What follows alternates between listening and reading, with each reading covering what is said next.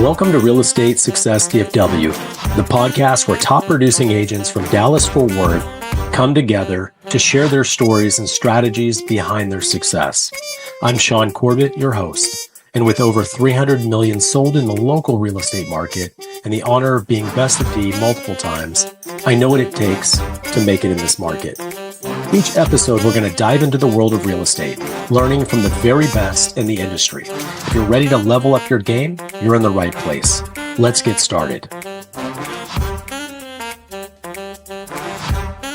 Hey everyone, Shaune Corbett here with Real Estate Success DFW. I have got a superstar with me, Ram Konara. He actually is the broker owner for StarPro Realty. He's been doing that for quite some time.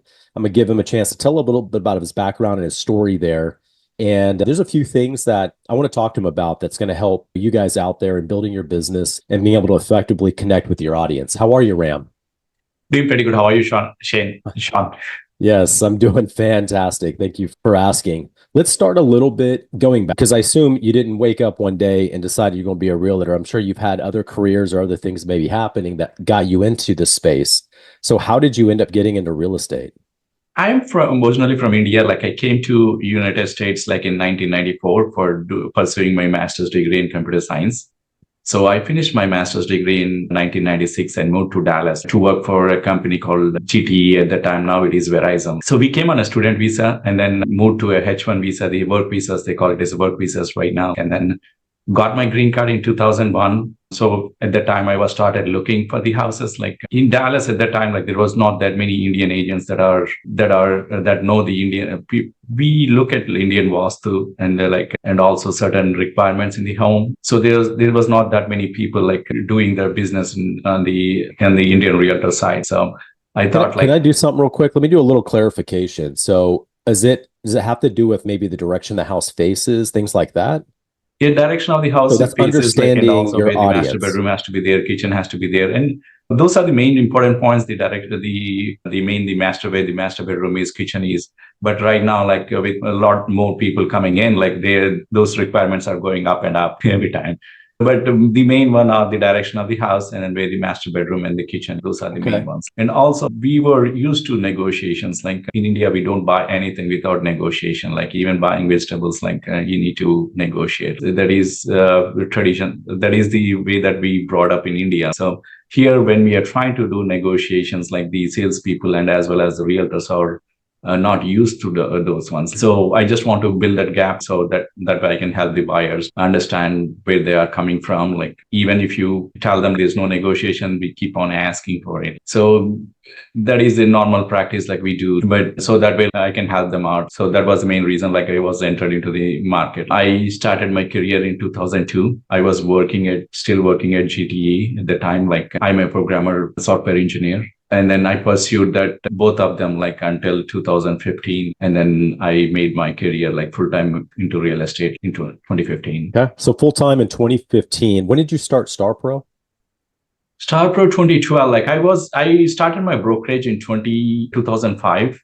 And then joined a big company into 2011. It did not work out well because I was a part-time working as a real estate at that time. So working for a big corporation and big company like a Remax or Keller Williams, and then doing part-time was tough for me. I started again the StarPro Realty in 2012. I became a broker again in 2012. It gives me a bit more flexibility, in the timings and You said GTE, is that large GTE building in Irving? You said now is Verizon. Is that where you worked in the Irving? Mm-hmm. Okay, I remember. That's main headquarters, GTE headquarters. That was the main GTE headquarters. Yes, I've seen it. It's huge. Yes. I was like, okay, that makes sense. When you became a broker 2012, did you intend on adding agents and growing it, or you just wanted it because you were part-time and said, if they won't let me do part-time there, I'll just start my own and work it the way I want to work it? Kind of what was your thought process? I wanted to, the main thing is the hiring agents is a little bit different process. I'm not good at training. I was thinking of not hiring many people, just to help me out, because the Dallas is so huge. So I need some people in different cities, so that way I can help. They can help me out, and I can help them out also. So I was not hiring. I was thinking of hiring lot many agents, but yeah, thinking of hiring some agents like that help me out in the process. Sure. So you use them more as a partner kind of deal, and you probably didn't want a lot of brand new agents. You wanted experienced agents? A little bit more experienced agents because I was doing part-time. So the training the agents is really a full-time job. You need to be there because they are calling you like they are nervous. They are the first time, if they are new to the industry, they have a lot of questions in there. And then time is also of essence. If you're not able to answer their calls immediately, like it is going to be tough for them. So that's why I was hiring only inexperienced agents at the time. Gotcha. And today, are you still based out of Irving? Is that your home base still? It's still in Coppell. Yeah. It's Coppell. Okay. So which is, for those of us, it's bordering Irving. So Coppell would be a little bit more upper class, good quality schools, good place, a place that a lot of us would like to make a destination. It's a very nice area. Yeah, it's a location center. It's a central location, and the schools are good. My first home was in the colony. Like at the time, we did not have kids, and then moved to Coppell like in 2009, like for the schools. You and I talking offline, you have a particular target buyer. And we talked about, I mean, they could be sellers, certainly, but you start a business, you get into something, you find yourself really connecting well. And you had said first-time home buyers. Why is that a particular space that you really enjoy? And you put, that's like your calling, like you do a lot of first-time home buyers. How does that work out? The home buying is the biggest investment for any buyer. Like I went through that process. When I was first buying the home, it was really nervous. Like people are nervous buying a biggest investment in their life. So I want to help them out. Once they are bought a second home, it's a little bit easier for them. The first time they have to go through a lot of the process. They don't know like how much they bought, how much they can afford it, like where to start. And most of my buyers have a good credit and good income. So that way, I don't need to worry about their credit history. So we will ask them to get the pre-approval letter first. That is the main important one. So I am also a loan officer. So I can help them out, how to get a pre-approval letter. Or we usually recommend them to go through their banks to their bank that they work with, because the bank already has their information, like their credit history, how much balances they have. They have all their credit and everything. They can get a pre-approval letter from myself or from any bank they work with or any lender that they feel comfortable with. That is the first step we will go through. And then the requirements, what are their requirements? What is the main important criteria for them? Most of my buyers want the school districts. That is the first important criteria for them. So we recommend them where the good schools are, and also recommend the cities that are upcoming cities where the school district ratings are not that great right now, but it may improve because these schools are brand new schools. They don't have any ratings right now, but it will definitely improve with the people moving into those cities. You have a few examples, some cities that are kind of out there on the fringes that are still small, that they're going to be continuing to grow and do well. Salina is one of the ones. Salina is doing pretty well. Anna is doing very well. Van Austin is really doing very well. Melissa was good. Frisco and Prosper, they already are established. Like when Frisco started, like my business started booming when Frisco started, like in 2013, 2014. At that time, Frisco, most of the schools are pretty new, and then they don't know anything about it. Everybody was saying, okay, I want to stay in Plano only, like Plano, Coppell, like those are the main ones people are focusing on. But there's not many new houses in those areas. And my buyers also, since it's the first time home buying for them, like they want a brand new house. So that way there's no need for maintenance for at least few years. Like they used to, first they need to get used to the house and then get the repairs. But they prefer a new homes like Plano and Coppell and these areas. They don't have that many new homes at that time. And even if they are, like they're pretty expensive. Frisco we were pushing a lot of people towards Frisco, and the schools were brand new schools. The ratings are not that great at that time, but we tell them like when the people started moving to Frisco, they have a lot of big tax base. The tax base is so huge for the schools. So definitely the ratings for the school they will hire good new teachers, equipment. Everything will be pretty good for those ones since the tax base is pretty high for them. There's a lot of smart things in there. I'm gonna unpack a few things. One, we look at Frisco looking back. Frisco's a great school district now, but early on it wasn't. It was still building. It had a lot of new construction. It was the area everybody was trying to run to. You had some big things going in there, which is going to create growth and explosive opportunities, right? The Cowboys went there, and you had the Stonebriar Mall. All that was starting to get built, massive amount of restaurants and infrastructure and all the growth off of the tollway.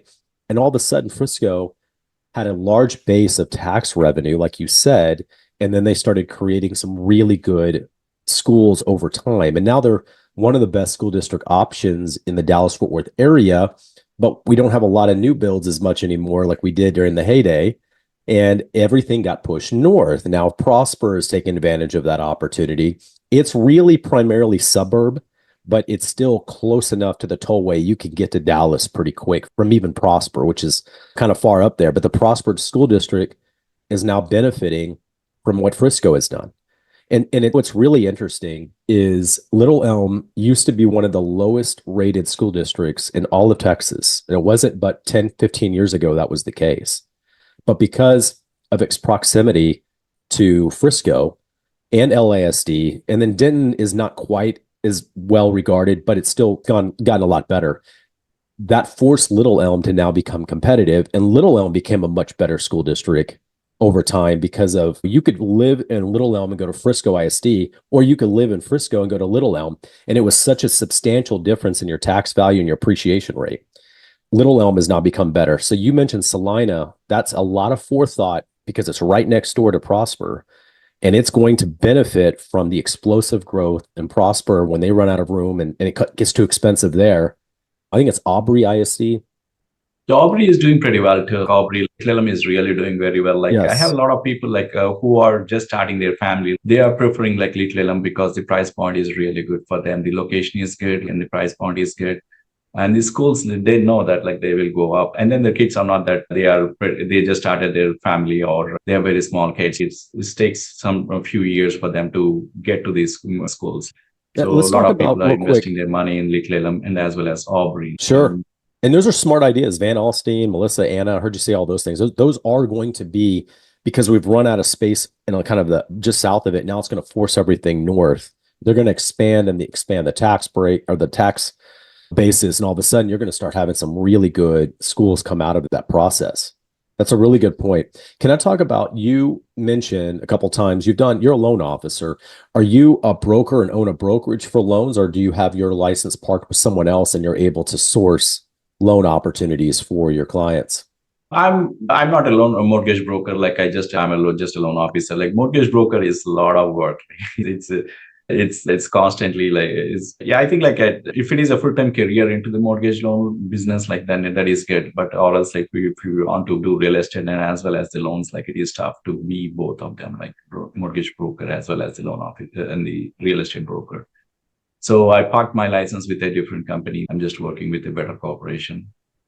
Okay. And what do you think on buy side, not probably counting new builds, you think you're about half of your transactions are able to give them a loan opportunity? Most of my buyers are buying the new homes, and then the builders are giving so much discounts with the new build. They are offering like a lot of incentives if you use their lender. So mostly the existing houses I try, but I don't push them to use me. Like it's basically like wherever they get a good rate, like they can get it. Like because most of every time like each lender is different. Like sometimes the particular bank may give a better rate. And sometimes a different lender may give a better rate at certain points, depending on how much funds they have for mortgage loans. So I just give them a quote, and then whoever is offering a better interest rate and with better closing cost, I ask them to go with it. I'm just have a mortgage loan officer license just to educate them, not to make money on it. Like it's just to basically educate them. And I did not do much loans. Maybe I did 20, 30 loans. That's all in my career. But I became a loan officer. That way I know like what the process is in them and help them out, help the buyers. I'm busy with real estate. So I don't want to jump in, put my legs on both I just want to concentrate on real estate right now. And just a loan officer is just an addition to it to help the buyers. In concentrating on real estate, we're focused on helping buyers and sellers. That's your priority? Or what about, how many agents do you have right now? Basically, I just came out. We formed another company called Reconnection in 2020. We merged to hire more agents. And then because I had another partner, I was talking to another partner, and then he was more into training. And then I started Reconnection we both started Reconnection in 2020. We grew up to 250 agents, like in Dallas, Houston, and Austin. But I just came this year to StarPro Realty because my kid is going to 11th grade. So I just want to concentrate on him. He goes to a private school, so I just need to drop him and pick him up, and has a lot of activities. So I was not able to concentrate much on the hiring side and taking care of all the agents. So I thought, look, I will just come back to StarPro Realty for a couple of years, once he goes to college, then go back and help the realtors, other realtors, hiring more agents and then helping them out in their career. So you pulled back from that part in order to take care of family life stuff, right?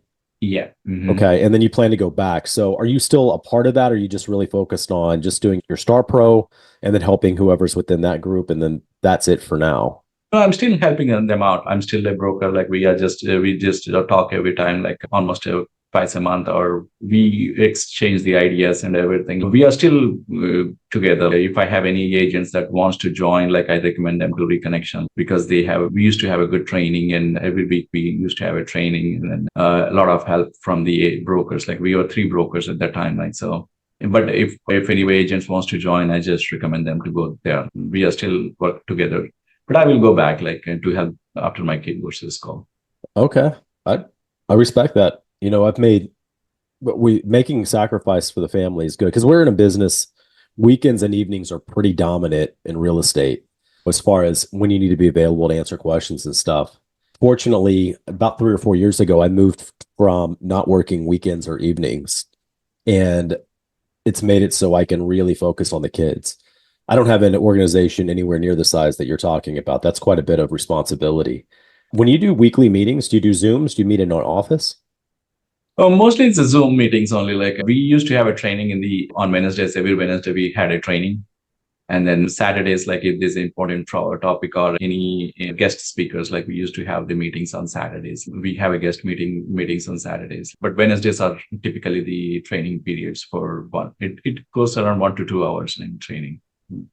And whereas we had a broker Q&As, or first the new home, or a first-time realtor training to start the business and everything.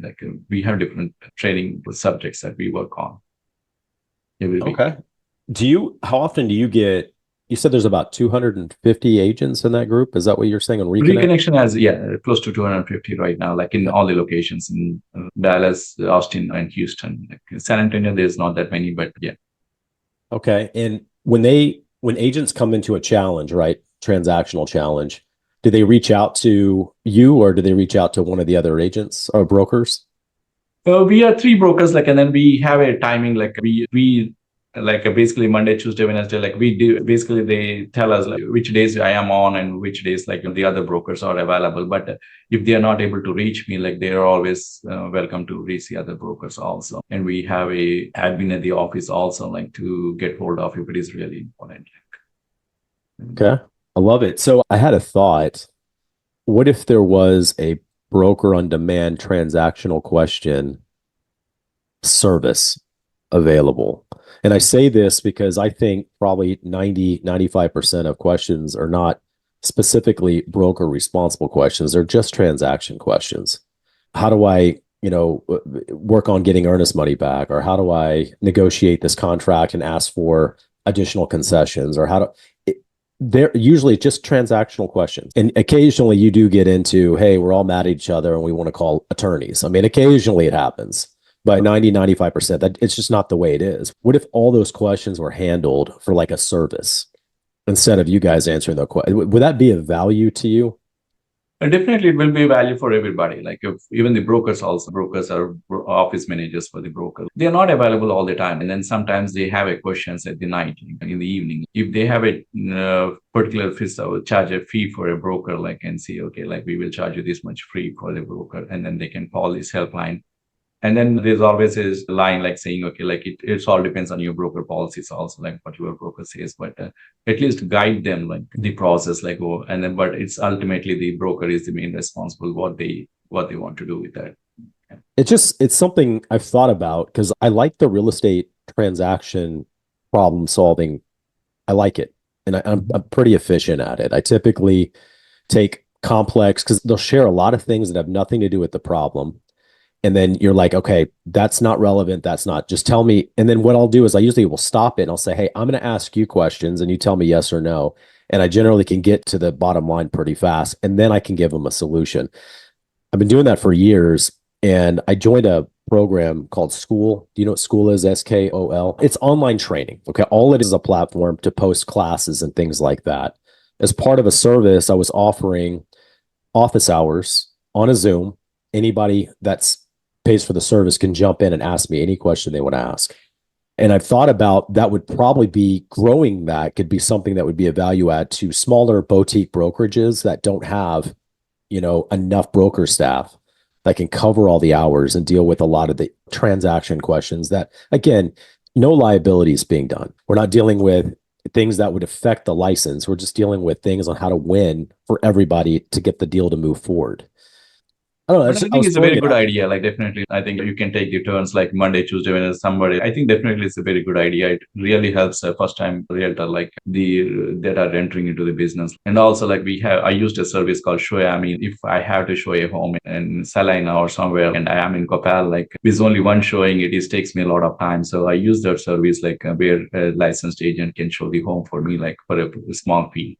That really helps me a lot right now to balance my work-life balance. So, are they SOMI? Is that what it's called? SHOWAMI. Okay. Are they still working today? So you use them every once in a while. If you can't show a house, you could call them. Yeah, it's an app. Like you can just put it in the address of the house, like, and then either you can schedule the showing or the listing or the agent that is willing to show the home, like they can schedule the showings also. Like, so they can. It's typically like it starts with $50 per showing, and then you can tip them if you like the services of the agent that showed the property. You can tip them out and tip also give them a tip. So it's on $60-$70. That way, I don't need to run from Coppell to Salina or Aubrey or Little Elm or Princeton because it's a long way drive. And most of the people wants to see the houses only on the evenings and weekends. And right now the market is a little bit cool, but when the market is really hot, like they want to see the house on the same day that is listed because they are going very fast. So if you're not available on that day, so this service definitely helps me a lot. I love it. That's great. And so they set up a couple of those companies during COVID. Yeah. And some of them, man, they had slick user interfaces, but they just didn't have either enough agents signing up to do the service or whatever. And a lot of them they fell out. I even had, my mom works for me. She's an agent. I even told her, I said, during the week, if you don't have clients, jump on one of those. You could go show some houses and pick up some extra money. Just as a side thing, anything in your logistics area, right? Because she's in Louisville. So anything around there she could knock out. So I like the idea. I just haven't gone back to see if there's now other options. Most of my agents, I just send them out and I just pay them directly. But I could see the benefit of using a third-party app. That's what their role is, and not fear of them stealing your client or things like that. They usually don't talk to the buyers. Like they usually just open the door for them. They're pretty good. Like so far, I never had any issue. And then as soon as I list it, like I always have within 5 minutes, like someone picked up. So I think that application is really good. I think I never had any problem not picking up. Sometimes if it is way far away or it is a bigger property, they may ask for a little bit more money because they're spending a lot of time on it. But definitely I found every time I never had any time not show the property. Okay. I like that. What do you think the biggest challenge is for you right now? The biggest challenge I think it's just started, right? I think, but we will get used to it. Like I think we went through several things, and then it all depends on the market. If the market is really good, like the sellers may say, okay, we don't want to pay the buyer agent commission. That's very interesting because I don't think people are picking up on that. They look at this NAR thing came out, everyone was all scared. What are we going to do? And then nothing happened, right? But the reason why nothing happened is because the sellers don't own the market. They need to sell. And they know that market price had the commission as a part of the sales price that's listed. So a lot of them are like, just pay it because I need to sell. But when you turn things around and all of a sudden the sellers are controlling the market again, they will be negotiating that, is going to be a part of the process. But it's very interesting that you said that. Yeah, it's basically like if the market is really good and they are selling it, they are getting a multiple offers on it. And then they say, okay, like, why do I need to pay? Like I can do my own open houses. Like The main thing the buyers is right now is main is the comps for the neighborhood, and then the definitely we can help you with the mortgage loan. There's a lot of things realtor can do, but the buyer, you need to educate the buyer what is the importance of the real estate agent. Right now they think just okay, you are coming and showing the houses for us and writing the offers, but we need to get it out from the buyer saying okay, like that is not we do, we guide you on the process. The biggest investment in your life, it's not that much money you are paying us, but the guidance you get, and then the amount of money you can save by negotiations. Because if you go directly to your seller, if you are showing too much interest, they may not budge on it. It is better to have a third party that is dealing the negotiations. That's always don't the emotion. You can, if the seller sees okay, like you are really interested, he may not come down on the price. So you need to explain all those ones to the buyers. And then I think once the market shifts, we need to see how it goes. And it affects mostly the buyers that are putting low down payment, especially if they are putting only 3% down payment, and then pay the realtor again with 3% to the buyer's agent. It gets tougher for the buyers to pay the commission as well as the down payment. So we have to see how it goes once the market turns. Yeah, that is the main thing that is affecting a lot of people right now, like a lot of realtors right now. Okay. A couple remaining questions that I'm thinking about that I think would be relevant. I want to ask if you're using technology or those type of things as a part of your business going forward, and any specific things that has really been a game changer for you. And the last thing I was going to ask you is what advice would you give to agents to get into that top 1% or to really become real productive and break through? Is there anything specific? So let's start with technology. Are you utilizing, for example, AI has obviously become a big thing for all of us in different capacities. Are you utilizing that or any other technology that's really made your business better? Main is I use a lot of chat GPT, like that helps me a lot, like even writing an email, or really it helps me a lot, like in the business. Like use chat GPT or any AI thing. And also my business is mostly the new homes, and always I go to the neighborhoods, always try to get it. What are the incentives this offering? What are the inventory homes they have? Because people call me and say, okay, I want to look in Prosper. What are the available options I have? So meet the builders, go around with salespeople, talk to them and see. And then they give a lot of they'll tell you what is going on in Prosper. So you may read the newspapers, and then Dallas Business Journal or Dallas Morning News, but the sales portions, people that are sitting in this model homes, they have more information about that particular city or particular neighborhood. Okay? So try to meet with them and then get more information, what are the available options, what are the incentives they are offering. And then, of course, the newspapers are really good. Like Dallas Business Journal is really good. It gives me a lot of information about what is going on in Dallas, like the Dallas Morning News. And of course, the Facebook and those ones, I don't do much on Facebook, but also Facebook, if you have time on it. Social media is also really doing well. Okay. So we're going to meet with builders. We're going to read newspapers, which a lot of people are not reading anymore, but they do know where growth is and they know what things are happening. And it's important for you to consider those things as we project future opportunities for our buyers, because we want to be a good steward of their money, right? Mm-hmm. This is where you should invest because the growth is going to be substantial. You've shared some of that insight. It's really valuable. What about an agent that maybe they sell one a month, maybe they sell 2 a month? How do they break into that 3-4 a month? Do you have any general advice for agents in achieving the high level? I think advertisement is main one, advertise on social media. Like right now, most of the younger generation is on the social media. I think the social media, I'm not good at it, but I think that is the main important one right now. My main focus is referrals, that is the main one. And then try to, if you have a buyer, just give a good service for them and definitely they will recommend you. Referrals is the next important big ones. So I think the main social media referrals, and advertisement, those are the main ones to get more business for you. Yeah. So we talked to our sphere of influence for referrals and give good service, right? And then get into social media and really make that an opportunity to get in front of the larger audience. Ram, what's a good way for us to connect with you? Are you by email, phone, or do you have a website? How would we get more information about you?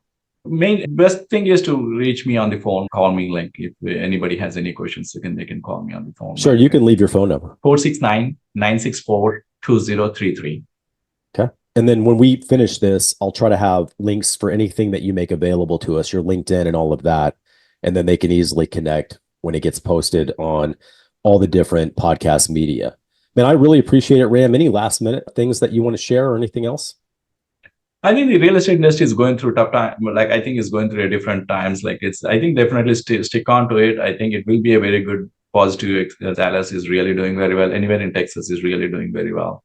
So stick to it. Like it's a short term thing. Like it's a little bit slow right now, but I think definitely like the next year should be a very good year. Like once the interest rate starts going down, if they are between 5 to 6, like the market picks up so much.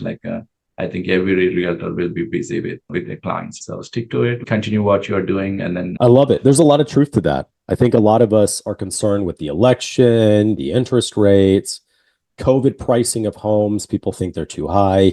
And it's created a lot of this negativity. And I think the reality is, yeah, the transaction count overall is a little low, but people are going to have to move. It is boiling up right now. I know so many people that have just delayed, and lots of people are sitting in that space. They're going to we don't have any choice. We have to move, and we'll just have to bite the bullet. Maybe they're paying 3% interest and now they have to pay 6.5% in order to make that transition, but they have to move. So there's going to be some real significant growth. And again, interest rates will drive a lot of that as well. So I think that's a really valid point. Well, I appreciate you jumping in with me, and we'll look at your contact information below. Again, this is Shaune Corbett with the DFW Success, and I'm happy to share anything that I can to help you grow your business, and contact me for anything else. I appreciate it. Thank you. thank you very much, Shaune. That wraps up another episode of Real Estate Success DFW. I hope you're leaving with new insights that push your real estate career forward. If you enjoyed the show, please be sure to subscribe, leave a review, or share it with fellow agents who's ready to succeed. And if you're interested in working together or have any questions, I'd love to hear from you. Reach out to me directly. My personal phone is 214-228-0383. Let's connect and make real estate success happen together. Until next time, keep pushing forward. I'm Shaune Corbett, and this is the Real Estate Success DFW. Have a high performance week.